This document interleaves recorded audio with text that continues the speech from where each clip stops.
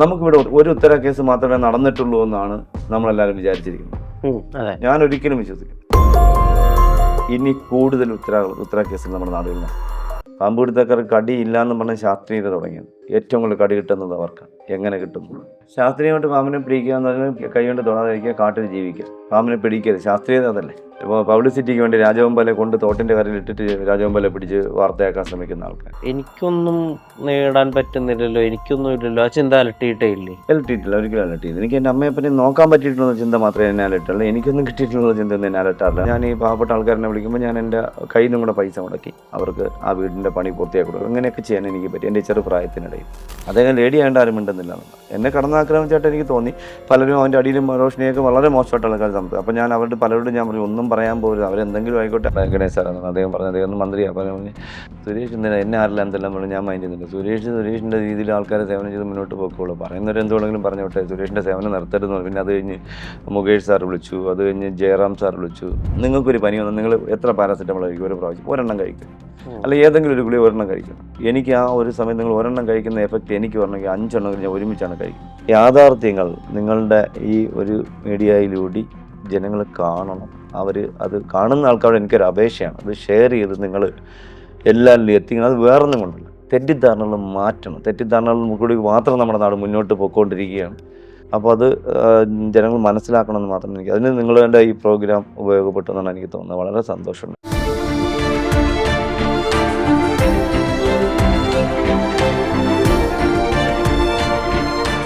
Own your pride.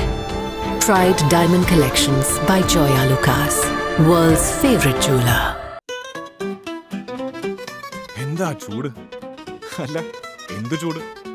ഈ summer കൂളാക്കൂ ഓക്സിജനോടൊപ്പം. ഏറ്റവും മികച്ച എസികളുടെ ഏറ്റവും നല്ല ഓഫേഴ്സിന് വിസിറ്റ് ചെയ്യൂ ഓക്സിജൻ, ദ കൂളിംഗ് എക്സ്പെർട്ട്. ഇതൊക്കെ ചെയ്യുമ്പോഴേ എനിക്കൊന്നും നേടാൻ പറ്റുന്നില്ലല്ലോ, എനിക്കൊന്നും ഇല്ലല്ലോ, ആ ചിന്ത അലട്ടിയിട്ടേ ഇല്ലേ? അലട്ടിയിട്ടില്ല, ഒരിക്കലും അലട്ടിയില്ല. എനിക്ക് എൻ്റെ അമ്മയെപ്പറ്റി നോക്കാൻ പറ്റിയിട്ടുള്ള ചിന്ത മാത്രമേ എന്നെ അലട്ടുള്ളൂ. എനിക്കൊന്നും കിട്ടിയിട്ടുള്ള ചിന്ത ഒന്നും എന്നെ അലട്ടാറില്ല. കാരണം ഞാനൊരു യഥാർത്ഥത്തിൽ ഞാൻ മേശിരി പണിക്കാണ്. കോൺട്രാക്റ്റ് ആദ്യം എൻ്റെ ജീവിതത്തിൽ ഞാനൊരു 13, 14, 5 6 പഠിക്കുമ്പോൾ ആദ്യമായിട്ട് മേശിരി പണിക്കുക. അന്ന് 5 രൂപയാണ് ശമ്പളം. ഒരു ദിവസം രാവിലെ തൊട്ട് വൈകിട്ട് 5 മണി 4 മണി 5 മണി പണിക്ക് വേണമെന്ന് ശമ്പളം 5 രൂപയാണ്. അത് കഴിഞ്ഞത് 13 രൂപയായി, അത് കഴിഞ്ഞത് 20 ആയി, 23 ആയി. ആ ഒരു കാലത്ത് സ്കൂളിലും പോവും പണിക്കും. 10 ദിവസം സ്കൂളിൽ പോവുകയാണെങ്കിൽ 10 ദിവസം പണിക്ക് പോകും. കാരണം വെച്ചാൽ എൻ്റെ വീട്ടിൽ ഏറ്റവും പഠിക്കാൻ മോശം ഞാനായിരുന്നു. എൻ്റെ ചേട്ടന്മാർ 2 പഠിക്കുന്നുണ്ട്, അനിയത്തി ഡിഗ്രി കഴിഞ്ഞാണ്. അങ്ങനെ അവർ നല്ല വൃത്തി പഠിക്കുന്ന നോക്കുമ്പോൾ ഞാൻ വിചാരിച്ചു, ഞാൻ എന്തായാലും എൻ്റെ അച്ഛന് കുറച്ച് കിടപ്പായി ഇപ്പോഴും എൻ്റെ ചെറുപ്പത്തിൽ. അപ്പോൾ ഞാൻ വെച്ചു എനിക്ക് പഠിക്കുന്നതിനേക്കാളും നല്ലത് ജോലിയാണെന്ന് തോന്നി. അങ്ങനെ 10ാം ക്ലാസ് ആയപ്പോൾ ഞാൻ പിന്നെ ജോലിയിലേക്ക് തിരിഞ്ഞ് പിന്നെ മേശിരിയുടെ ലേബറായി, പിന്നെ മേശിരിയായി, പിന്നെ കോൺട്രാക്റ്റായി, പിന്നെ പണിയെടുത്ത് ചെയ്യാൻ. അന്ന് പഞ്ചായത്ത് കെട്ടിടങ്ങളുടെ ലോൺ കിട്ടും ആൾക്കാർക്ക്. അപ്പോൾ ഞാൻ ഈ പാവപ്പെട്ട ആൾക്കാരെ വിളിക്കുമ്പോൾ ഞാൻ എൻ്റെ കയ്യിൽ നിന്നും കൂടെ പൈസ മുടക്കി അവർക്ക് ആ വീടിൻ്റെ പണി പൂർത്തിയാക്കി കൊടുക്കും. അങ്ങനെ ഞാൻ ഏകദേശം 100ഓളം കെട്ടിടങ്ങൾക്ക് കുറ്റി നാട്ടി. ഒരു ഏകദേശം ഒരു 50-60 കെട്ടിടങ്ങൾക്ക് പകുതി പണി ചെയ്തു. പിന്നെ ഒരു 10-20 കെട്ടിടങ്ങൾ പൂർണ്ണമായിട്ട് പണി ചെയ്തു. അങ്ങനെ ഒരു 10-25 കെട്ടിടം എനിക്ക് ബേസ്മെൻറ്റ് കെട്ടി കൊടുക്കും. ഇങ്ങനെയൊക്കെ ചെയ്യാൻ എനിക്ക് പറ്റി എൻ്റെ ചെറുപ്രായത്തിനിടയിൽ. അത് കഴിഞ്ഞിട്ട് അങ്ങനെ നിൽക്കുമ്പോഴാണ് ഈ പാമ്പിനോട് എനിക്കൊരു ഭ്രമം കുറച്ച് കൂടിയത്. കുറച്ചുകൂടി എന്താ പറയുക, എനിക്ക് അത് പറ്റില്ല, ഇതിലേക്ക് തന്നെ പോകണം എന്ന ചിന്ത എന്നെ എപ്പോഴും അലട്ടിക്കൊണ്ടിരിക്കുകയാണ്. അപ്പോൾ ഞാൻ രാവിലെ പണിക്കാരെ കൊണ്ട് അന്ന് എനിക്ക് തോന്നുന്നു ബംഗാളികൾ, ആസാമികൾ ഉൾപ്പെടെയുള്ള, അന്ന് ബംഗാളികൾ കേരളത്തിൽ വന്നിട്ടില്ല. ആസാമീസ് ആയിരുന്നു, കൃഷ്ണ, ജഗൻ, ഇങ്ങനെയുള്ള ആൾക്കാർ എൻ്റെ പണിക്കാർ. അങ്ങനെ ഒത്തിരി 10-80ഓളം പേരുണ്ടായിരുന്നു. 100 കൂടുതലുണ്ട്. എനിക്ക് സെൻട്രിങ്ങിൻ്റെ പണിയുണ്ടായിരുന്നു, കമ്പി പണി എനിക്കറിയാം. ഇതെല്ലാം ഞാൻ സ്വന്തമായിട്ട് ചെയ്യുന്നുണ്ട്. എനിക്ക് പണിക്കാരുണ്ട്. അപ്പോൾ ആ സമയത്താണ് എനിക്ക് രണ്ട് ഭ്രമം. രാവിലെ പണിക്കാരെ കൊണ്ട് നിർത്തിയിട്ട് ഞാൻ അവിടെ നിന്ന് പൈസയും വാങ്ങിക്കൊണ്ട് ഞാൻ രാവിലെ ഇതിൻ്റെ പിറക്കേക്കും.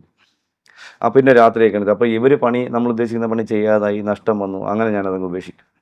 അങ്ങനെ ഉപേക്ഷിച്ചിട്ട് പിന്നെ ഫുൾ ടൈം ഇതിലേക്ക് വന്നു. ഫുൾ ടൈം, എനി ടൈം, രാത്രിയൊന്നോ പകലൊന്നോ ഇല്ലാതെ ഫുൾ ടൈം യാത്രയായിരുന്നു. ഇപ്പോൾ ഞാനിപ്പോൾ ഒരു കോൾ വന്നാൽ, ഇപ്പോൾ കോട്ടയമാണെങ്കിൽ നേരെ കോട്ടയം, പത്തനംതിട്ടയിൽ നേരെ പത്തനംതിട്ട. ആ പോണ വഴിക്ക് അങ്ങ് പോയിക്കോളും. എവിടെയെങ്കിലും റോഡിൽ എത്തുമ്പോൾ വേറെ വിളിച്ച് അങ്ങോട്ട് പോകും. അവിടെ നിന്ന് എങ്ങോട്ട് ഇറങ്ങുമ്പോൾ വേറെ എങ്ങോട്ട് വിളിച്ച് അങ്ങോട്ട് പോകും. അങ്ങനെയാണ് ഞാൻ കൂടുതൽ സഞ്ചരിക്കും. ഇപ്പം ഞാൻ പെട്ടെന്ന് എനിക്ക് വീട്ടിൽ എത്താൻ കണക്കുള്ള ദൂരങ്ങളിൽ മാത്രമേ പോകുന്നുള്ളൂ. ഇപ്പോൾ തിരുവനന്തപുരം, കൊല്ലം, ഇങ്ങനെയൊക്കെയുള്ള എനിക്ക് പെട്ടെന്നൊരു ആവശ്യം വീട്ടിലേക്ക് വന്നാൽ എനിക്ക് പെട്ടെന്ന് ട്രാവൽ ചെയ്ത് എത്തണം. അതുകൊണ്ട് ഈ 2 ജില്ലകളിലേക്കുള്ള കോളുകൾ മാത്രമേ ഇപ്പോൾ. എന്നാലും 15ഓളം കോളുകൾ ഡെയിലി നമ്മൾ സംസാരിച്ചുകൊണ്ടിരിക്കുമ്പോൾ എൻ്റെ മൊബൈലിലെ ലൈറ്റ് കത്തുന്നതെന്നാണ് ഞാൻ നോക്കിക്കൊണ്ടിരിക്കുന്നത്. ഇപ്പോൾ ഇവിടെ എന്ന് വെച്ചാൽ 4 കോൾ. ഞാൻ രാവിലെ ഒരു കോൾ എടുത്ത്, പോത്തൻകോട് എടുത്ത് മഞ്ഞമല എന്ന് പറഞ്ഞ സ്ഥലത്ത് ഒരു കോഴിക്കൂട്ടിനകത്ത് അമ്മ മുട്ടയെടുക്കാണ്ട് കൈയിട്ടപ്പോൾ മുട്ടയിലേക്ക് കടിച്ചു. പക്ഷേ കൊണ്ടില്ല, വലയിൽ അങ്ങോട്ട് തട്ടിപ്പോയി. അത് എടുത്തിട്ടാണ് ഞാൻ വന്നത്. അപ്പോൾ ഇനി അതിലൊരു 3ഓളം കേസിൽ എനിക്ക് വെയിറ്റിംഗിലുണ്ട്. 2 കേസ് ഇപ്പോൾ ഞാൻ വേളിയിൽ വിളിച്ച കേസ് വേറെ ആളിന് അത്യാവശ്യമുണ്ട്, അറേഞ്ച് ചെയ്ത് വിട്ടു. മറ്റുള്ളത് മതിലിനടിയിലോ മാളത്തിലോ ഒക്കെ ആണെങ്കിൽ ഞാൻ വെയിറ്റ് ചെയ്യാൻ പറയും, ഇല്ലെങ്കിൽ പോട്ടെ എന്ന് പറയും. ഇപ്പം നമ്മൾ എന്താ പറയുക, ഇപ്പോൾ പണ്ടത്തെ പോലെ ഇപ്പം നമുക്ക് ഈ ഭൂമിയിലും നമ്മുടെ പരിസരത്ത് ഇവർ ജീവിക്കണം എന്നുള്ളൊരു അവസ്ഥയിലേക്ക് ഞാൻ ചിന്തിച്ചു. കാരണം വേറെ ഒന്നും കൊണ്ടല്ല, എല്ലാത്തിനെയും പിടിച്ച് കാട്ടിക്കൊണ്ടിട്ടാൽ കാടിന് എന്തെങ്കിലും ഒരിക്കൽ ദോഷമുണ്ടാവും. അവിടെ ഒരു സാധനം ഒരു സ്ഥലത്ത് കൂടുമ്പോൾ അവിടെ വസിക്കുന്ന കുറേ സാധനങ്ങൾ ഇല്ലാതാവും. അതെന്നായാലും ദോഷമുണ്ടാവും എന്ന് ചിന്തിച്ചുകൊണ്ട് കുറേയൊക്കെ പറമ്പിലെങ്കിലും ജീവിക്കട്ടെ എന്നുള്ള പറമ്പിലെ കാട്ടിലേക്കൂടെ ഞാനങ്ങ് ഒഴിയും. ആ രീതിയിലേക്ക് മുന്നോട്ട് പോയിക്കൊണ്ടിരിക്കും. നഷ്ടബോധം എനിക്ക് ഇതുവരെ ഉണ്ടായിട്ടില്ല. അല്ല, ഇപ്പൊ ഈ ഒരു ദിവസം മിനറൽ വാട്ടർ മാത്രം കുടിച്ച് അതെങ്ങനെ ജീവിക്കാന്നൊക്കെ ഈ മാസം തന്നെ ഈ കഴിഞ്ഞ എനിക്ക് 2026 തുടങ്ങിയതിന് ശേഷം ഇതൊരു 3 ദിവസം ആയിക്കോണമെന്നാണ് എനിക്ക് തോന്നുന്നത്. പിന്നെ അങ്ങനെയൊന്നുമില്ല.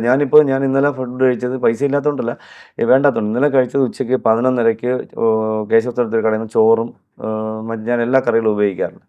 ചോറും എന്താ പറയുക, പരിപ്പും പുളിശ്ശേരിയും കൂടെയാണ് കഴിച്ചത്. പിന്നെ ഇപ്പോൾ നിങ്ങളെ മുന്നിലിരിക്കുന്ന സമയത്താണ് ഇത്ര പുട്ടും പപ്പടവും കൂടെ കഴിച്ചത്. മിനിഞ്ഞാന്ന് ഉച്ചയ്ക്ക് 2 പൊറോട്ട ആറ്റിങ്ങൽ സുന്ദരൻ തട്ടുകടയിൽ നിന്നാണ് കഴിക്കുന്നത്.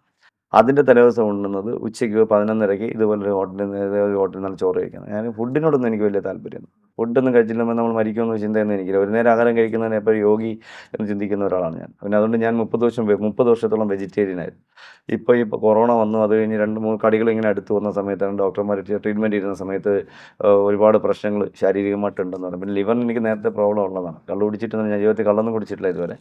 അപ്പോൾ ലിവർ നേരത്തെ ആദ്യത്തെ ട്രീറ്റ്മെൻറ്റ് വന്നൊരു പ്രോബ്ലം, ഈ കടിയിൽ വന്ന ട്രീറ്റ്മെൻറ്റിൽ വന്നിട്ട് ലിവറിന് പ്രോബ്ലം ഉണ്ടായിരുന്നു. അത് ലിവർ സൈസ് കൂടുതലാണ്. ചില ഉറക്കം കഴിയുമ്പോഴൊക്കെ ചിലപ്പോൾ എനിക്ക് അസ്വസ്ഥത ഉണ്ടാകുമ്പോൾ ഞാൻ എവിടെയെങ്കിലും റോഡ് സൈഡിൽ എവിടെയെങ്കിലും തന്നെ ബസ് സ്റ്റോപ്പിൽ എവിടെയെങ്കിലും കിടന്നുറങ്ങാറുണ്ട്. ആ ഒരു യാത്ര ചെയ്യുന്ന സമയത്ത് വെച്ചാൽ എനിക്ക് 3-4 ദിവസം ഉറക്കം കഴിയുമ്പം ആ ലിവറിൻ്റെ ഭാഗമൊക്കെ ഭയങ്കര ഒരു വീക്കായിട്ട് തോന്നും. അപ്പോൾ എനിക്ക് മനസ്സിലായി ഇന്നതാണ് കുഴപ്പം. അപ്പോൾ ഞാൻ എവിടെയെങ്കിലും കിടന്നു. ഇപ്പോൾ തന്നെ നിങ്ങളുടെ സ്റ്റുഡിയോയിൽ വന്നിരുന്ന 1 മണിക്കൂർ മുന്നേ ഞാൻ സ്റ്റൂളിൽ ആ കസേരയിൽ നിന്ന് ഉറങ്ങുകയാണ് ചെയ്തത്. കുറച്ച് നേരം ശാരീരം തന്നെ ഉറങ്ങി. അപ്പോൾ അത്രയ്ക്ക് ഒരു അസ്വസ്ഥത തോന്നിയുണ്ട്. അപ്പോൾ ഇതൊന്നും പട്ടിണിയൊന്നും എനിക്കൊരു പ്രശ്നമേ അല്ല. പിന്നെ ഈ എന്താ പറയുക, ഫുഡ് വാരി കഴിക്കണമെന്നല്ല. അപ്പോൾ ഈ ഡോക്ടർമാർ പറഞ്ഞുകൊണ്ട് ഞാനിപ്പോൾ ചിക്കനും വല്ലപ്പോഴും കഴിക്കും, മുട്ടയും കഴിക്കണം. അതും എനിക്ക് പ്രശ്നമാണ്. എൻ്റെ ശരീരം ഭയങ്കര ചൂടാണ്. ഈ രണ്ടും കഴിക്കുന്ന സമയത്ത് എനിക്ക് ഉറങ്ങാൻ പറ്റാത്തൊരവസ്ഥയാണ്. അപ്പോൾ ഞാൻ ജീവിച്ചിരിക്കണം എന്നുള്ളത്, എനിക്ക് പ്രോട്ടീൻസിൻ്റെ ആവശ്യമുള്ളതുകൊണ്ട് അത് കഴിക്കാൻ പറ്റും. പക്ഷേ കഴിക്കുമ്പോൾ എനിക്ക് ദേഹം മൊത്തം ഭയങ്കര ചൂടാണ്. ഭയങ്കര കിടക്കാൻ പറ്റില്ല. കിടക്കുമ്പോൾ പിന്നെ എണീക്കാൻ തോന്നുന്നു. എണീറ്റിട്ട് പിന്നെ അവിടെ പോയി ഇരിക്കാൻ തോന്നുന്നു. അങ്ങനെ അതാണ് രാത്രി. അപ്പോൾ എത്ര മണിക്ക് വന്നാലും രാത്രി ഇത് കഴിച്ചാൽ പിന്നെ ഉറങ്ങാൻ പറ്റില്ല. ഇങ്ങനെയൊക്കെ കുറേ പ്രശ്നങ്ങളുണ്ട്. അപ്പോൾ നമുക്കിതൊന്ന് മറ്റുള്ള ആൾക്കാരോട് എന്താ പറയുക, ഷെയർ ചെയ്യാനായിട്ട് ഞാൻ താല്പര്യം കാണിക്കാറില്ല നേരത്തെ. ഇപ്പോൾ പിന്നെ നിങ്ങളിങ്ങനെ എങ്ങനെയൊക്കെയുള്ള കാര്യം ചോദിച്ചുകൊണ്ട് ഞാൻ പറഞ്ഞു എന്നുള്ളത്. ഇപ്പൊ പാമ്പ് പിടിക്കുന്നതിന്റെ ശാസ്ത്രീയവും അശാസ്ത്രീയതയൊക്കെയാണല്ലോ ഇപ്പൊ പ്രധാനപ്പെട്ട ചർച്ച. ശരിക്കും എങ്ങനെയാ ശാസ്ത്രീയമായിട്ട് പാമ്പിനെ പിടിക്കുന്നത്? ശാസ്ത്രീയമായിട്ട് പാമ്പിനെ പിടിക്കുക എന്ന് പറഞ്ഞാൽ കൈ കൊണ്ട് തൊടാതിരിക്കുക, കാട്ടിൽ ജീവിക്കുക. പാമ്പിനെ പിടിക്കരുത്. ശാസ്ത്രീയത അതല്ലേ. അതിൻ്റെ ഇപ്പോൾ കാണുന്ന എന്താണ്, ഒരു പറമ്പിൽ വലിയ കാടേറി കിടക്കുന്ന സ്ഥലത്ത് നിന്ന് പാമ്പിനെ പിടിക്കും. ഇപ്പോൾ പബ്ലിസിറ്റിക്ക് വേണ്ടി രാജവെമ്പാലെ കൊണ്ട് തോട്ടിൻ്റെ കരയിൽ ഇട്ടിട്ട് രാജവെമ്പാലെ പിടിച്ച് വാർത്തയാക്കാൻ ശ്രമിക്കുന്ന ആൾക്കാർ. അതിൻ്റെ ഫുൾ തെളിവുകൾ എൻ്റെ എവിടുന്ന് പിടിച്ച് വരും. 15 ദിവസങ്ങൾക്ക് മുന്നേ പിടികൂടിയ രാജവെമ്പാലെ കൊണ്ട് തുറന്നു വിടുന്നു എന്നും പറഞ്ഞുകൊണ്ട് കസ്റ്റഡിയിൽ വെച്ചിട്ട് കൊണ്ട് തുറന്നു വിട്ടിട്ട് പിടിക്കുന്ന ആൾക്കാർ പബ്ലിസിറ്റിക്ക് വേണ്ടി. ആ ഒരു മേഖലയിലേക്ക് ഇപ്പം മാറി. ഇപ്പോൾ വെറും എന്താ പറയുക, വളരെ മോശം അവസ്ഥയിലേക്ക് പോകുന്നു എന്നുള്ളതാണ്. കാരണം പബ്ലിസിറ്റിക്ക് വേണ്ടി മാത്രം ആൾക്കാർ മാറുന്നു എന്നുള്ളതാണ്. അതിലുപരി ശാസ്ത്രീയത എന്ന് പറഞ്ഞാൽ പാമ്പിനെ പിടിക്കരുതെന്നുള്ളതാണ്. അത് നാച്ചുറൽ ഹാബിറ്റാറ്റിൽ ജീവിക്കട്ടെ, എന്തിനാ അവനെ പിടിക്കും? പിന്നെ എന്ത് ശാസ്ത്രീയതാണ് ഇതിലുള്ളത്? എനിക്ക് അവിടെ തന്നെ ചോദിക്കണം. വാലി പിടിക്കാൻ പാടില്ല, വാലി പിടിച്ചാൽ വാല് ഊരിപ്പോകുന്നത്. അവർ തന്നെയാണ് 150 പേർക്ക് ഈ പാമ്പിനെ പിടിച്ച് ട്രെയിനിങ് കൊടുക്കുന്നത്. ഒരു പാമ്പിനെ വെച്ച് 100-150 വരെ പഠിപ്പിക്കുന്നത്. പാമ്പിനെ എങ്ങനെ പഠിപ്പിക്കാൻ പറ്റുക? പിടിക്കാണ്ട് പാമ്പിനെ പിടിക്കണമെങ്കിൽ എക്സ്പീരിയൻസിനുള്ള ഒരാളോടൊപ്പം സഞ്ചരിച്ച് അവർ പിടിക്കുന്ന കണ്ട് വേണം ട്രെയിനിങ് കൊടുക്കുക. ഇത് 1 മണിക്കൂർ ഡ്രൈവിംഗ് സ്കൂളിൽ ഇപ്പോൾ ഡ്രൈവിംഗ് പഠിപ്പിക്കാനായിട്ട് 1 മണിക്കൂർ മതിയോ? പോരാ. ഇത് 1 മണിക്കൂറുണ്ട്. റോഡിൽ പോണവരൊക്കെ വിളിച്ചുകൊണ്ട് തൊട്ട് തലോടി വിടുന്നു. അതിൻ്റെ അർത്ഥം എന്താണ്? അതിൽ എത്ര പേര് ഇപ്പോൾ 10,000 പേർക്ക് പാമ്പിനെ പിടിക്കാൻ വേണ്ടി ഇങ്ങനെ പിടിക്കാൻ പറയുന്നു. എത്ര പേര് പിടിക്കുന്നുണ്ട്? 10, 50, 100 പേര് പിടിക്കുന്നു. ഇതിലിപ്പോൾ കേരളത്തിൽ പാമ്പിനെ പിടിക്കുന്നതിൽ 90% പേരും പഴയ ആൾക്കാരാണ്. പണ്ട് ഉണ്ടായിരുന്നു, 20-15 വർഷം മുന്നേ ഉണ്ടായിരുന്നത്. അവരിപ്പോഴാണ് പൊതുജനത്തിൻ്റെ മുന്നേക്ക് വരുന്നത്. പുതിയതായി വരുന്നു. ഈ ഒരു പാമ്പിനെ പിടിക്കുമ്പോൾ 1 മണിക്കൂർ 2 മണിക്കൂർ പിടിക്കും. അതിനെ അങ്ങോട്ടിട്ട് തട്ടി ഇങ്ങോട്ടിട്ട് തട്ടിയൊക്കെ പിടിക്കും. ഞാൻ ചോദിക്കട്ടെ, പാമ്പിന് കാഴ്ചയില്ലാത്തൊരു ജീവിക്ക് കറുത്തത് എപ്പോഴും അപകടമാണ്. കറുത്ത് വരുമ്പോൾ പേടിച്ചു. ഈ സാധനം ഒരാൾ പാമ്പിനെ പിടിച്ച് വാലി പിടിച്ച് ഒരാൾ സഞ്ചിയും കൊണ്ട് ഇങ്ങനെയുള്ള പാമ്പ് ചാടി പോകുന്നുണ്ട്. ഒന്നും വേണ്ട. ശാസ്ത്രീയമായിട്ട് പാമ്പിനെ പിടിക്കാൻ അതിൻ്റെ പോളിസി എന്താണെന്ന് അറിയാമോ? 0 ബൈറ്റ് പോളിസി എന്നാണ് ഇതിൻ്റെ ഉദ്ദേശിക്കുന്നത്. ഇന്ന് നമ്മൾ സംസാരിച്ചുകൊണ്ടിരിക്കുമ്പോൾ മെനിങ്ങാന്ന് ഉച്ചയ്ക്ക് 11:30 12:30 ലാസ്റ്റ് ബൈറ്റ് കോട്ടയം ജില്ലയിൽ പാമ്പ് കൊടുത്തക്കാരന് കടികിട്ടി ICUവിലാണ്. 100 ചില്ലുവാനം പേർക്ക് കടികിട്ടിയ 4 വർഷം 2024 ശേഷം 100 ചില്ലുവാനം പേർ. എവിടെയെങ്കിലും കണക്കുണ്ടോ? എവിടെയെങ്കിലും ഒരു റിപ്പോർട്ടുണ്ടോ? പാമ്പ് പിടുത്തക്കാർ കടി ഇല്ലയെന്ന് പറഞ്ഞ് ശാസ്ത്രീയത തുടങ്ങിയത്. ഏറ്റവും കൂടുതൽ കടി കിട്ടുന്നത് അവർക്കാണ്. എങ്ങനെ കിട്ടുന്നു? കണ്ണൂർ ജില്ലയിൽ മാത്രം കഴിഞ്ഞ ഈ 4 വർഷം കൊണ്ട് കിട്ടിയ 10 കടികളാണ്. അതിൽ 7 കടികൾ ഈ സഞ്ചിയിൽ കൂടിയാണ്, ശാസ്ത്രീയമായിട്ട് പിടിക്കുന്ന സഞ്ചിയിൽ കൂടിയാണ് കടിയിട്ട്. ലോകത്തിൽ ആദ്യമായിട്ട് പാമ്പുകൾ പിടിക്കാൻ ട്രെയിനിങ് കൊടുത്ത ആരാണെന്നറിയാം? 2006 ഞാനായിരുന്നു. 2006 ലോകത്ത് ഒരിടത്തുമില്ല. എത്ര നമ്മുടെ പേർക്ക് ട്രെയിനിങ് കൊടുത്തു? ഒന്ന് വനം വകുപ്പിന് 2006 അതിൻ്റെ ഫോട്ടോസ് എല്ലാം എൻ്റെ ഇരിക്കും. ഞാനിപ്പോൾ പല സ്ഥലത്ത് പോസ്റ്റ് ചെയ്യാറുണ്ട്. വനം വകുപ്പിന് കൈ ഉണ്ടെന്ന് ഒരാളിനും കടി കിട്ടിയിട്ടില്ല. ഇന്നും അവരുണ്ട്, ആർക്കും കടി കിട്ടില്ല, ഇന്ന് വരെ കടി കിട്ടിയിട്ടില്ല. അതിൽ ഏറ്റവും പ്രാധാന്യമുള്ള ആദ്യമായിട്ട് ട്രെയിനിങ് കൊടുക്കുന്ന ആളാണ്. അന്ന് എനിക്കൊന്ന് അന്നത്തെ IFS ഓഫീസർ പുകഴേന്തി സാർ എന്ന് പറഞ്ഞത് IFS ഓഫീസ്. ഇപ്പോൾ അദ്ദേഹം ഇവിടുത്തെ ഹെഡ് ക്വാർട്ടേഴ്സിലുണ്ട്, ടോപ്പായിട്ടുണ്ട്. അദ്ദേഹത്തിനോടൊപ്പം ഞാൻ വെച്ചൊരു ആശയമായിരുന്നു. അങ്ങനെ അവർ തന്ന ഒരു തീരുമാനത്തോടെയാണ് അരിപ്പയിൽ ഫോറസ്റ്റിന്, ഫയർഫോഴ്സിന്, പോലീസിന്, പിന്നെ അതുപോലെ ആർമിക്ക്, പിന്നെ തണ്ടർ ബോൾട്ട്, ഇവർക്കൊക്കെ ട്രെയിനിങ് കൊടുക്കാനുള്ള ഭാഗ്യം എനിക്കുണ്ട്. 2006 തുടങ്ങുന്നത്. ആദ്യമായിട്ട് രാജവെമ്പാല ഞാൻ പിടിക്കുന്നത് 2006 238 പിടികൂടി.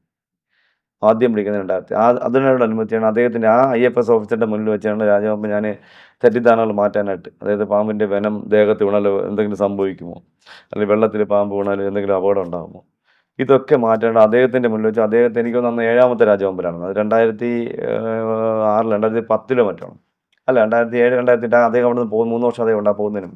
അതേപോലെ വലിയ രാജവെമ്പാലെ പിടിച്ചിട്ട് അദ്ദേഹത്തിൻ്റെ മുന്നിൽ വെച്ച് അദ്ദേഹത്തിൻ്റെ പോക്കറ്റിൽ നിന്ന് പേന വാങ്ങി ആ രാജവെമ്പയുടെ വായിൽ നിന്ന് പല്ലിൽ നിന്ന് വെനം എടുത്ത് കുടിച്ച്, ഇതാണ് പാമ്പിൻ്റെ വെനം, ഹൈ പ്രോട്ടീനാണ്, ഇത് അപകടമില്ല എന്ന് അദ്ദേഹത്തിന് കാണിച്ചു ആദ്യം.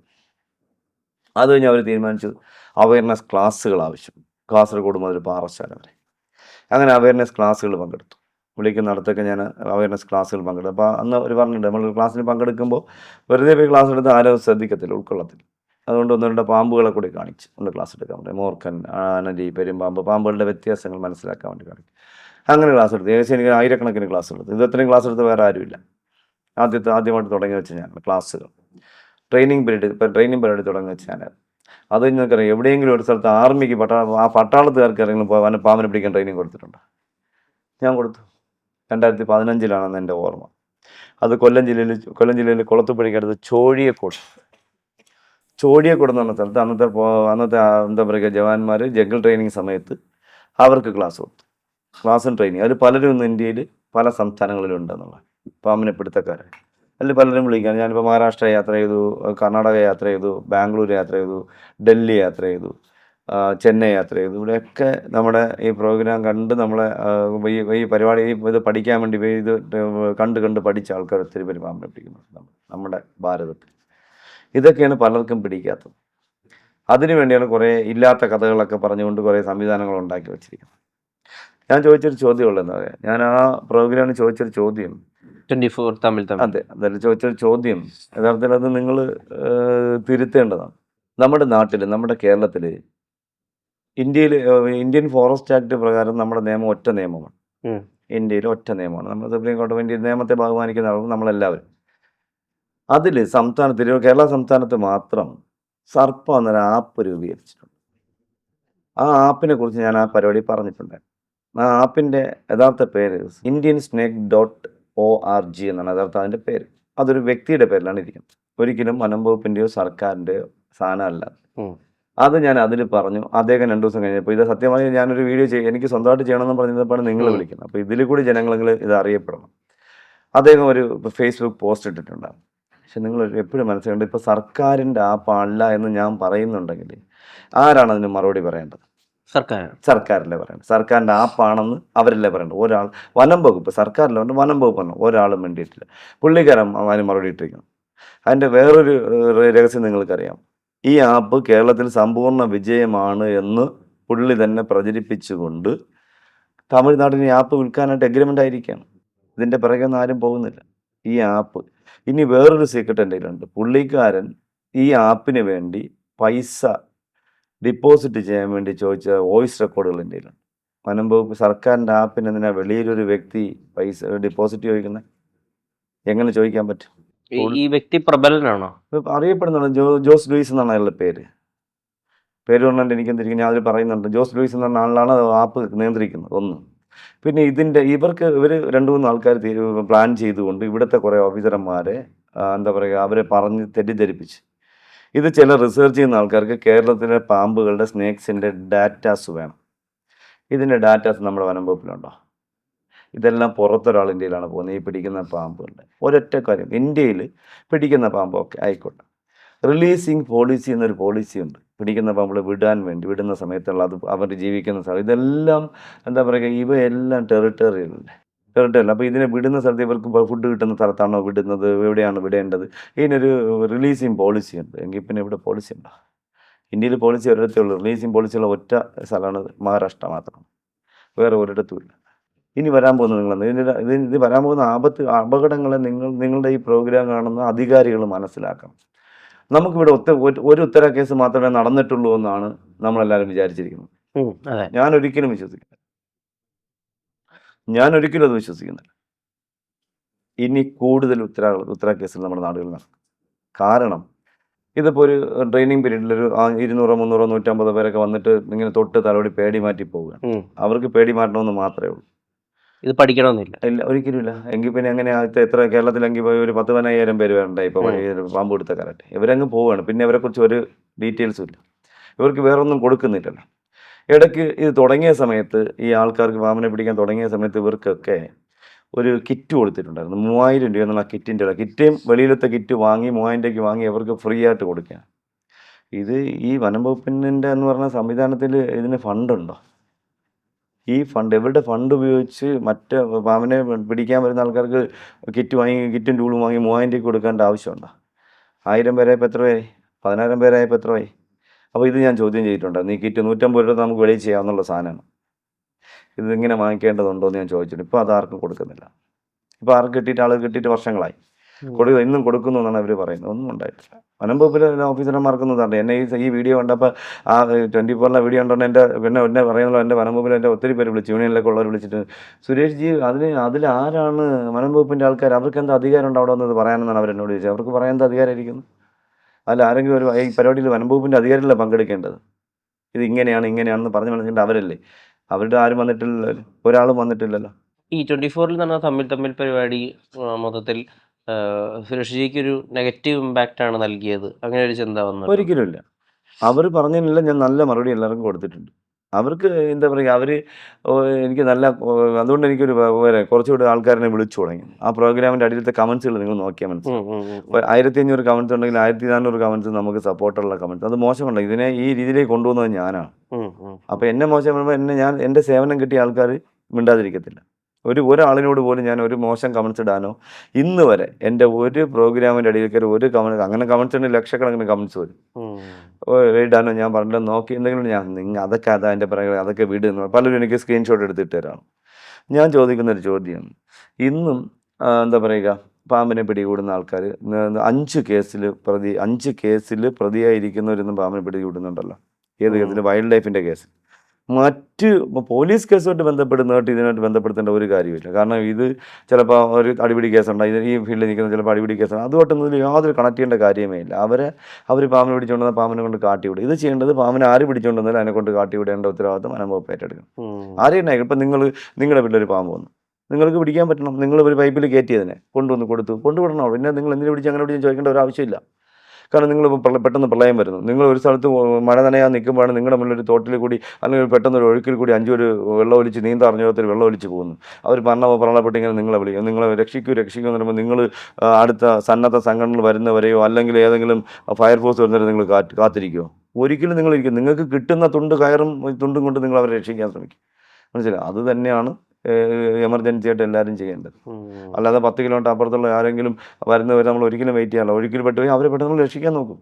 ആ ചർച്ചയിൽ എനിക്ക് എടുത്ത് ചോദിക്കേണ്ട ഒരു കാര്യം, എനിക്കത് കുറച്ച് തോന്നിയതെന്ന് വെച്ചാൽ, ഇപ്പോൾ റോഷ്നി എന്ന് പറയുന്നൊരു അദ്ദേഹം, അവർ വലിയ ബഹുമാനത്തോടു കൂടി സാറിന് പല സ്ഥലങ്ങളിലും എടുത്തു പറഞ്ഞിട്ടുണ്ട്, വാപ സുരേഷ് ചെയ്യുന്നത് പോലെ ഒരിക്കലും പാമ്പിനെ വേറെ ആർക്കും ട്രീറ്റ് ചെയ്യാൻ പറ്റില്ല. നിങ്ങൾ ഒരുമിച്ചുള്ള അഭിമുഖ സീരീസുകൾ നടന്നിട്ടുണ്ട്. പക്ഷെ ഈ ചർച്ചയിലേക്ക് വന്നപ്പോൾ ഒരു കടന്നാക്രമണത്തിന്റെ സ്വഭാവം ഉള്ളതുപോലെ തോന്നി.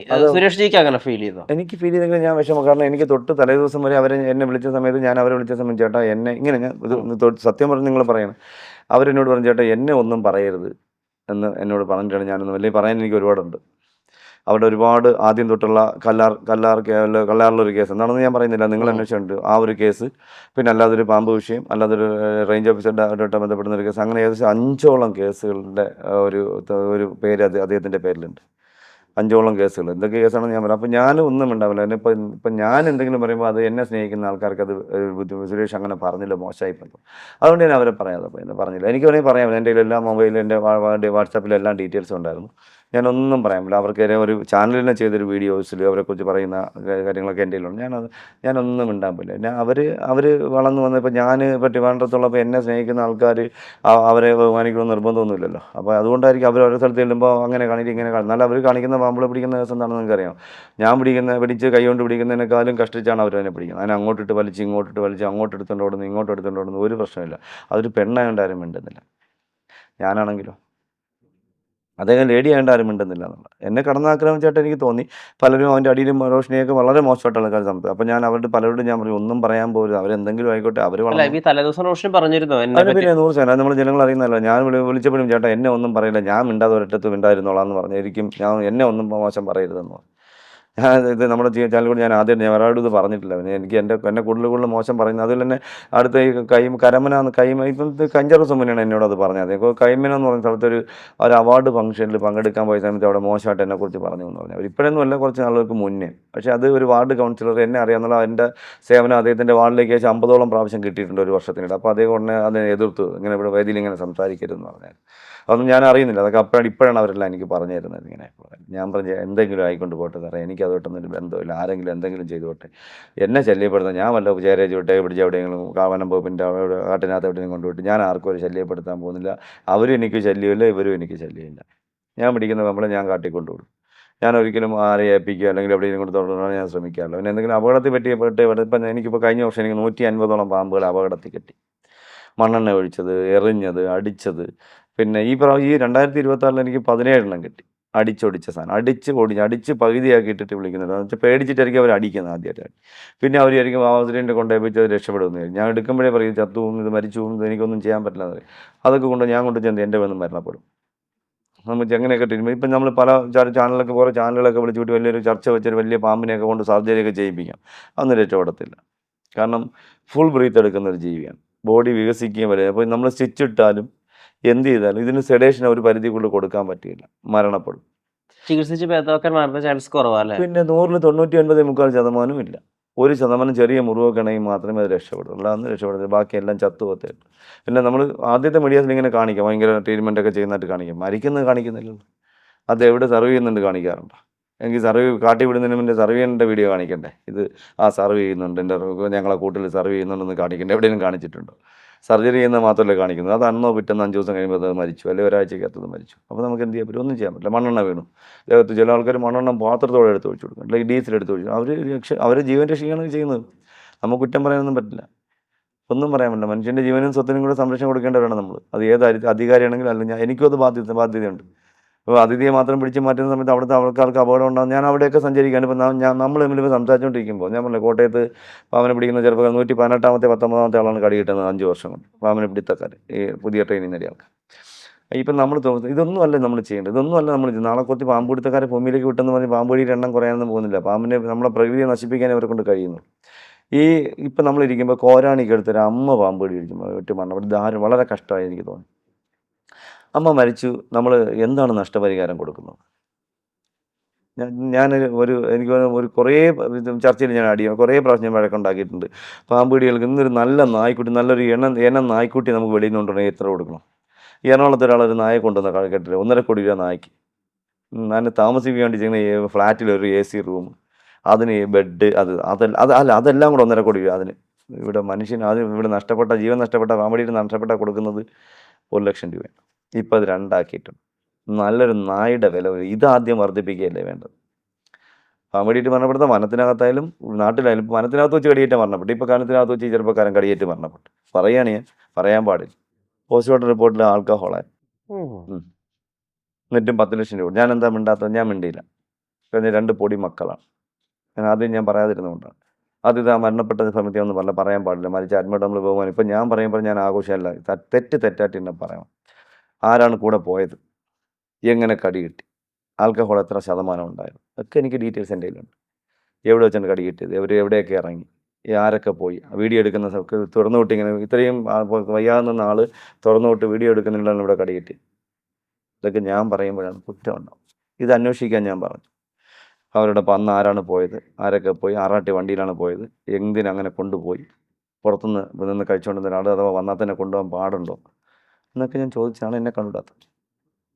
ഈ സാമൂഹ്യ മാധ്യമങ്ങൾ ഉൾപ്പെടെ ചില നേരത്തൊക്കെ ആക്ഷേപിക്കുകയും ചെയ്യുന്നുണ്ടല്ലോ സുരേഷ് ജിയെ. ഇത് ഞാൻ കളിയാക്കാം. ഇപ്പം കുടിക്കുന്ന ആളാണ് സുരേഷ് ജി. ആ സുരേഷ് ജി ഈ ഒപ്പം കൂട്ടുന്നത് എങ്ങനെയാണ്, അങ്ങനെയുള്ള കമന്റുകളൊക്കെ വരുന്നത് ഞാൻ വേദനിപ്പിക്കാറുണ്ടോ? ഒരിക്കലും വേദനിപ്പിക്കണം. എനിക്ക് എൻ്റെ അമ്മയും എൻ്റെ പെങ്ങളും മാത്രം വിശ്വസിച്ചാൽ മതി, അറിഞ്ഞാൽ മതി. ഞാൻ കുടിക്കുമല്ലെന്ന് എനിക്ക് മറ്റൊരാളിനെ ബോധ്യപ്പെടുത്തേണ്ട കാര്യമില്ല. അപ്പോൾ എന്താ പറയുക, ഞാൻ കുടിക്കുമല്ലോ, അത് ഞാൻ അറിഞ്ഞാൽ പോരെ, അല്ലെങ്കിൽ എൻ്റെ അമ്മ അറിഞ്ഞാൽ പോരെ, എൻ്റെ അനിയത്തി എൻ്റെ സഹോദരങ്ങൾ അറിഞ്ഞാൽ പോരെ ഞാൻ കുടിക്കില്ല. പിന്നെ എൻ്റെ കൂടെ സഞ്ചരിക്കുന്ന എല്ലാവർക്കും അറിയാം. ഞാൻ ഒരിക്കലും ഒരു ഇന്നുവരെ ജീവിതത്തിൽ കള്ള് വാങ്ങി കൊടുത്തിട്ടുണ്ട് ഇഷ്ടം പോലെ പല കാര്യങ്ങൾക്ക് ഞാൻ വാങ്ങിക്കൊടുക്കും. പല സ്ഥലത്തേക്ക് പോകുമ്പോൾ ഞാൻ വാങ്ങിക്കൊടുക്കും. കാരണം ഇപ്പോൾ കള്ള് കുടിക്കുന്ന ഒരാളാണ്, എനിക്ക് കള്ള് വേണം, നമ്മൾ വാങ്ങിച്ചോ, നിങ്ങൾ വാങ്ങിച്ചോ. അല്ലെങ്കിൽ ഞാൻ എൻ്റെ സുഹൃത്തുക്കൾ എനിക്കിപ്പോൾ ഇഷ്ടംപോലെ ഫ്രീ കിട്ടാറുണ്ട്. ഇപ്പോൾ എയർപോർട്ടിൽ എനിക്ക് സുഹൃത്തുക്കളുണ്ട്, ചിലപ്പോൾ അവരെ പിടിക്കുക, അവർ ബോട്ടിൽ തരണം. അപ്പോൾ അതൊക്കെ ഞാൻ കൊണ്ട് ആർക്കെങ്കിലുമൊക്കെ എനിക്ക് വേണ്ട കഴിക്കുമെന്നുള്ളവർക്ക് ഞാൻ കൊടുക്കാം. അതിപ്പോൾ ഞാൻ കുറ്റമായിട്ട് കാണുന്നില്ല. കാരണം നമ്മുടെ സർക്കാർ തന്നെ കള്ള് ബ്യൂറോയിസ് കോർപ്പറേഷൻസ് നമുക്ക്, അപ്പോൾ കഴിക്കുന്നവർ കഴിച്ചിട്ട് നമുക്ക് ഒന്നുമില്ല, എനിക്കെല്ലാം ബുദ്ധിമുട്ടൊന്നുമില്ല. എനിക്കെന്താ പ്രശ്നം? ഇങ്ങനെ ഞാൻ എന്തായാലും ജീവിതത്തിൽ കള്ള് കുടിച്ചില്ല, അതെനിക്ക് ആരെയും ബോധ്യപ്പെടുത്തേണ്ട കാര്യമില്ല. സെറ്റ് വലിച്ചിട്ടുണ്ട് എൻ്റെ 8ാമത്തെ 9ാമത്തെ വയസ്സിൽ. 6 ലെവലിൽ പഠിക്കുന്നത്. അന്ന് പനാമയും സിസർ ഫിൽറ്ററും ആയിരുന്നു. അത് സിസറാണോ പനാമാണെന്ന് എനിക്കറിയില്ല. എൻ്റെ സുഹൃത്തുക്കൾ അന്ന് രഘു, മനോജ്, ഇങ്ങനെ 2 കൂട്ടുകാരുണ്ടായിരുന്നു. അപ്പോൾ മനോജിൻ്റെ അച്ഛന് കാളവണ്ടിയാണ്. അപ്പോൾ ചാലിനൊക്കെ സാധനം എടുക്കുമ്പോൾ പൈസ ഉണ്ടെങ്കിൽ തലേദിവസം അവർ പൈസ എടുത്ത് വെച്ചിട്ട് എനിക്ക് ഷർട്ട് വാങ്ങിക്കൊണ്ട് വരുമായിരുന്നു. ഞങ്ങൾ 3 വലിക്കാണ്ടല്ലോ, ഏറ്റവും കൂടുതൽ വലിക്കുന്നത് ഞാനായിരുന്നു. പിന്നെ രഘു എന്ന് പറഞ്ഞ ചെറുപ്പക്കാരൻ, എൻ്റെ അച്ഛനും അമ്മയും തുണി അലക്കുന്ന ജോലിയാണ്. അപ്പോൾ അവർക്ക് ഡെയിലി വരുമാനമുണ്ട്. അപ്പോൾ അവർ ആ പൈസ ഉണ്ടെങ്കിൽ എനിക്ക് ഷർട്ട് വാങ്ങിക്കൊണ്ടു, ഞാൻ 2 പാക്കറ്റൊക്കെ വാങ്ങിക്കൊണ്ടു. അപ്പോൾ ഞങ്ങൾ സ്കൂളിൽ പോകണമെങ്കിൽ ഒരു പറമ്പിനകത്തിരുന്ന് നടുക്കിരുന്ന് പോയിക്കുമായിരുന്നു. അങ്ങനെ ഇത് വലിച്ചുകൊണ്ടിരുന്ന സമയത്ത് ഈ കപ്പയുടെ കിടമ്പോൾ പുക പോകണം കണ്ടിട്ട് നാട്ടുകാർ നമ്മളെ പിടികൂടിയത്. അങ്ങനെയല്ല, ഞാൻ എന്തായാലും ജീവിതത്തിൽ ഇന്നുവരെ കള്ളു കുടിച്ചിട്ടില്ല. കണ്ണെപ്പോഴും ചുവന്നിരിക്കും. കണ്ണ് ചുവന്നിരിക്കുന്നത് ഉറക്കമില്ലായിക ഒന്ന്. രണ്ടാമത് എന്താ പറയുക, സമയത്തിന് ഫുഡ് കഴിക്കാറില്ല. പിന്നെ പരിധി കൂടുതൽ അമിതമായിട്ടുള്ള ജോലി. മൂന്നാമത് എന്താ പറയുക മെഡിസിൻ്റെ ഒരു കടന്നുകയറ്റ അപാരം. ഇപ്പോൾ എനിക്കൊരു പനി വന്നു, നിങ്ങൾക്കൊരു പനി വന്നു, നിങ്ങൾ എത്ര പാരാസെറ്റമോൾ കഴിക്കും? ഒരു പ്രാവശ്യം ഒരെണ്ണം കഴിക്കും, അല്ലെങ്കിൽ ഏതെങ്കിലും ഒരു ഗുളിക ഒരെണ്ണം കഴിക്കും. എനിക്ക് ആ ഒരു സമയം നിങ്ങൾ ഒരെണ്ണം കഴിക്കുന്ന എഫക്റ്റ് എനിക്ക് വരണമെങ്കിൽ 5 എണ്ണം ഞാൻ ഒരുമിച്ചാണ് കഴിക്കുക. എൻ്റെ സുഹൃത്തുക്കളോട് ചോദിച്ചു നോക്കിയത്, 5 പാരസെറ്റമോൾ 4 5 ഒരുമിച്ചാണ് ഞാൻ കഴിക്കുക. എനിക്ക് മാത്രമേ എനിക്ക് ചെറുതായിട്ടെങ്കിലും ഒരു എഫക്റ്റ് ഉണ്ടാകുന്നുള്ളൂ. ഇപ്പോൾ പെയിൻ കില്ലർ എടുക്കും, ഗുളിക സാധാരണ തലവേനൊക്കെ എന്തെങ്കിലും ശരീരവേദന വരുമ്പോൾ ഞാൻ ഗുളിക കഴിക്കാം. പക്ഷേ ഒരിക്കലും എനിക്ക് 1 2 കഴിച്ചാൽ എനിക്ക് ഇതുവരെ കുറഞ്ഞിട്ട്. ഞാൻ അതുകൊണ്ട് 3 4 ഒരുമിച്ചാണ്. നിങ്ങൾ ആരോടുത്തോണ്ട് കഴിച്ചോളൂ, ഞാൻ 3 4 ഒരുമിച്ചാണ് കഴിക്കുക. എങ്കിൽ മാത്രമേ എനിക്കൊരു ശമനം ഉണ്ടാകുന്നുള്ളൂ. അങ്ങനെയാണ്. അപ്പോഴൊക്കെ എനിക്ക് എല്ലാം എന്താ പറയുക, അപ്പോഴൊക്കെ കണ്ണൊക്കെ ഒരുമാതിരി, ഇപ്പം തന്നെ നിങ്ങളെ മുന്നിൽ ഇരിക്കുമ്പോൾ എനിക്ക് കണ്ണ് ഉറങ്ങിയിരിക്കും. ഞാൻ ഉറങ്ങി വളരെ കുറച്ച് 4 മണിക്കാണ് എൻ്റെ കിടന്നത്. ഞാൻ 5:30 6 മണിയായപ്പോൾ ഞാൻ ഉണർന്നു. അതിനിടയ്ക്ക് ഒരു 50 പ്രാവശ്യം ഉണരാറുണ്ട്. ഈ 2 മണിക്കൂർ 3 മണിക്കൂർ സമയം കിട്ടുന്നുണ്ട്. അപ്പോൾ അതിനൊന്നും ഞാൻ കമൻറ്റ് ചെയ്യാറില്ല. ഇപ്പോൾ ആരെങ്കിലും എനിക്ക് ഇപ്പോൾ കമൻറ്റ്സ് ഇട്ട ആളിനെ ബോധ്യപ്പെടുത്തേണ്ട കാര്യമില്ല. അദ്ദേഹത്തിന് ഞാൻ കുടിക്കണമെങ്കിൽ വിചാരിച്ചോട്ടെ, എനിക്ക് നഷ്ടമൊന്നുമില്ലല്ലോ. അവർ വിചാരിച്ചപ്പോൾ എനിക്കെന്ത് നേടാം? അവരെനിക്കൊന്നും തരാൻ പോകുന്നില്ല. ഞാൻ അവരൊരു അവരുടെ അടുത്ത് എനിക്ക് കള്ളു വാങ്ങിച്ച് തരാൻ പറയാൻ പോകുന്നത്, അതൊന്നും ഒരു കാര്യമില്ല. ഇപ്പം നമ്മുടെ ഭാരതത്തിൽ അല്ലെങ്കിൽ നമ്മുടെ കേരളത്തിൽ എത്രയോ നിരപരാധികളാണ് അനാവശ്യ കേസുകളിൽ പ്രതിയായിട്ടുള്ളത്. ഒരുപാട് പേരുണ്ട് അനാവശ്യമായിട്ട്. ഇപ്പം നിങ്ങളിപ്പോൾ നമ്മുടെ നാട്ടിൽ നമുക്കൊരു എന്താ പറയുക, ഒരാളിനോടൊപ്പം സഞ്ചരിക്കാൻ, ഒരു കള്ളുകുടിക്കാരനോടൊപ്പം സഞ്ചരിച്ചാൽ അവൻ കള്ളുകുടിക്കാനാണ്. അല്ലെങ്കിൽ ശരീരം വെക്കുന്ന ഒരു പാവപ്പെട്ട ഒരു നമ്മുടെ സഹോദരിയോടൊപ്പം നമ്മൾ സഞ്ചരിച്ചാൽ അവർ പറഞ്ഞാൽ അവരുടെ പാർട്ട്ണറാണ്. അതൊക്കെ പറയാനൊന്നും ഒരു കാര്യമില്ല. അങ്ങനെയൊന്നും ചിന്തിക്കുന്ന, അങ്ങനെയൊന്നും ഭയപ്പെടുന്ന ഒരാളെ അല്ല ഞാൻ. അവർക്ക് എന്ത് വേണമെങ്കിലും പറയാം. അതിഥികളെ പിടിക്കുന്ന ആ ഒരു രീതി നിർത്താം, ഇനി അതിഥികളെ പിടിക്കുന്നില്ല എന്നുള്ളൊരു പല ഘട്ടത്തിലും ഈ തീരുമാനത്തിലേക്ക് എത്തിയതായിട്ടൊക്കെ വന്നിട്ടുണ്ടായിരുന്നു. പക്ഷെ അത് മറികടന്നിട്ട് പിന്നെയും ഇത് ആക്റ്റീവായിട്ട് ചെയ്യുന്നുണ്ട്. ഞാനൊരു കാര്യം ചോദിച്ചോട്ടെ, ഇത് കംപ്ലീറ്റ്ലി നിർത്തി ആരോഗ്യത്തിനും ജീവിതത്തിനും ശരീരത്തിനും സമാധാനത്തിനും ഒക്കെ പ്രാധാന്യം നൽകി കുറച്ച് വർഷം സമാധാനമായിട്ട് ജീവിച്ചൂടെ? പക്ഷെ അങ്ങനെയൊക്കെ ഉണ്ട്. പക്ഷെ അപ്പം ഞാൻ ചിന്തിച്ചു, ഇപ്പോൾ ഞാൻ കുറേ കാലം മറ്റുള്ളവർക്ക് വേണ്ടി ജീവിച്ചില്ലേ? ജീവിച്ചു. അപ്പം ഞാൻ ചിന്തിച്ചു, കാരണം ഞാൻ ഇടയ്ക്ക് അങ്ങനെ നിർത്തിയെന്ന് പറഞ്ഞ സമയത്ത് ആദ്യം എന്നെ വിളിച്ചത് ഗണേശ് സാറായിരുന്നു. അതെ, നമ്മളെ ഗണേശ് സാറായിരുന്നു. അദ്ദേഹം ഒന്ന് മന്ത്രിയാണ്. അപ്പോൾ ഞാൻ പറഞ്ഞു, സുരേഷ് എന്നെ ആരെല്ലാം എന്തെല്ലാം പറഞ്ഞു, ഞാൻ മൈൻഡ് ചെയ്യുന്നില്ല. സുരേഷിൻ്റെ രീതിയിൽ ആൾക്കാരെ സേവനം ചെയ്ത് മുന്നോട്ട് പോയിക്കോളൂ. പറയുന്നവർ എന്തുവേണമെങ്കിലും പറഞ്ഞോട്ടെ, സുരേഷിൻ്റെ സേവനം നിർത്തരുതെന്ന് പറഞ്ഞു. പിന്നെ അത് കഴിഞ്ഞ് മുകേഷ് സാർ വിളിച്ചു, അത് കഴിഞ്ഞ് ജയറാം സാർ വിളിച്ചു, അത് കഴിഞ്ഞ് പിന്നെ ഒത്തിരി പേര് അങ്ങനെ ഒരുപാട് വിളിച്ചു. അതൊന്നും ഒരിക്കലും പാടില്ല. നിങ്ങളുടെ സേവനം ജനങ്ങൾക്ക് ആവശ്യമാണ്. നിങ്ങൾ അങ്ങനെ ആളെങ്കിലും പറഞ്ഞിട്ട് നിങ്ങൾ നിർത്തരുത്, നിങ്ങൾ കൃത്യമായിട്ട് മുന്നോട്ട് പോക്കണം സുരേഷ്. അങ്ങനെയാണ് ഞാൻ വീണ്ടും ചോദ്യങ്ങൾ ചോദിക്കുന്നത് തുടരട്ടെ, പാമ്പുകളുള്ള പാഷൻ തുടരട്ടെ. നിങ്ങൾ വലിയൊരു മനുഷ്യനാണ്. ഒരിക്കലുമല്ല. ഞാനൊക്കെ എപ്പോഴും ഞാൻ ചിന്തിക്കുന്നത് എപ്പോഴും ഞാനൊരു എന്താ പറയുക, ഒരു വലിയൊരു മരം അല്ലെങ്കിൽ ഒരു ചെറിയ മരം, ആ മരത്തിൻ്റെ ശിഖരം പടുത്ത് ഒടിഞ്ഞു വീഴാറായി. അതിലിരിക്കുന്ന ഇത്തിൾ എന്ന് പറയുന്നൊരു ചെടിയുണ്ട്, അതിനെ ആശ്രയിക്കുന്ന ആ ഇത്തിൾ കണ്ണീര് ഒരു ഇലയാവാൻ മാത്രമേ ഞാൻ ആഗ്രഹിക്കുന്നു. അത് ഞാൻ ഇന്നും അങ്ങനെയാണ്, ജീവിത അവസാനം വരെ അങ്ങനെ തന്നെയായി. പക്ഷേ ഇലയും കൊടുക്കുന്ന ഓക്സിജൻ ഉണ്ടല്ലോ, അത് നല്ലതല്ലേ? അല്ല, കൊഴിയാറായി എന്നാണ് ഞാൻ ഉദ്ദേശിച്ചത്. പച്ച ഇലയെന്ന് ഞാൻ ഉദ്ദേശിച്ചില്ല, കൊഴിയാറായി, അത് മാത്രം അവനെ ഞാൻ ആഗ്രഹിക്കുന്നുള്ളൂ. അല്ലാതെ ഒരിക്കലും ഞാൻ ഒരു വലിയ ഒന്നുമല്ല. ഞാനൊക്കെ വെറും കഷ്ണം. നിങ്ങൾക്ക് അറിഞ്ഞൂടാ, നമ്മളെപ്പോലെ നിങ്ങൾക്ക് യാത്രയാണ്, അപ്പോൾ നമ്മൾ എന്താണെന്ന് നിങ്ങൾക്ക് മനസ്സിലാക്കാൻ പറ്റും. കാണുന്ന പുറത്തുനിന്ന് കാണുന്നവർ എന്തുമാണ് പറഞ്ഞിട്ട് അതൊരു പ്രശ്നമേ അല്ല. അപ്പോൾ അതെന്തായാലും വളരെ സന്തോഷം. ഇത്രയും നല്ല കാര്യങ്ങൾ, ഇത്രയും യാഥാർത്ഥ്യങ്ങൾ നിങ്ങളുടെ ഈ ഒരു മീഡിയയിലൂടെ ജനങ്ങൾ കാണണം. അവർ അത് കാണുന്ന ആൾക്കാരോട് എനിക്കൊരു അപേക്ഷയാണ്, അത് ഷെയർ ചെയ്ത് നിങ്ങൾ എല്ലാവരിലും എത്തിക്കണം. അത് വേറൊന്നും കൊണ്ടല്ല, തെറ്റിദ്ധാരണകൾ മാറ്റണം. തെറ്റിദ്ധാരണകൾ കൂടി മാത്രം നമ്മുടെ നാട് മുന്നോട്ട് പോയിക്കൊണ്ടിരിക്കുകയാണ്. അത് മാറ്റണമെന്നുണ്ടെങ്കിൽ അതിന് നിങ്ങളുടെ ഈ വീഡിയോ ഒന്ന്, ഞാൻ ഇതുവരെ ഇത്രയും നല്ലതായിട്ട് ഒരു പച്ചയായിട്ടുള്ള വീഡിയോ ഞാൻ ആർക്കും ചെയ്തിട്ടില്ല. അപ്പോൾ അത് ജനങ്ങൾ മനസ്സിലാക്കണമെന്ന് മാത്രം എനിക്ക്, അതിന് നിങ്ങളുടെ ഈ പ്രോഗ്രാം ഉപയോഗപ്പെട്ടു എന്നാണ് എനിക്ക് തോന്നുന്നത്. വളരെ സന്തോഷമുണ്ട്. എന്നെ ക്ഷണിച്ചില്ല, ഇത്രയും വലിയ പ്രഗത്ഭന്മാരൊക്കെ ഉണ്ട് കേരളത്തിൽ, പാമ്പിനെ പിടിക്കുന്ന ആൾക്കാരൊക്കെ ഉണ്ടായിട്ട് നിങ്ങൾ കാണാൻ പോലും സൗന്ദര്യമില്ലാത്ത എന്നെ നിങ്ങൾ തിരഞ്ഞെടുത്തതിൽ വളരെ സന്തോഷം. നിങ്ങളെക്കാൾ സൗന്ദര്യമുള്ള ഒരാളെ ഞാൻ ഈ അടുത്തൊന്നും പരിചയപ്പെട്ടിട്ടില്ല. അതായത് സൗന്ദര്യം എന്ന് പറയുമ്പോൾ ഈ ബ്യൂട്ടി സ്റ്റാൻഡേർഡ്സ് അല്ലല്ലോ സാർ, ഉള്ളിലൊരു സാധനം ഇല്ലേ? നന്നായിരിക്കട്ടെ. Beautiful man, you are handsome man. I love you. സന്തോഷം. Thank U.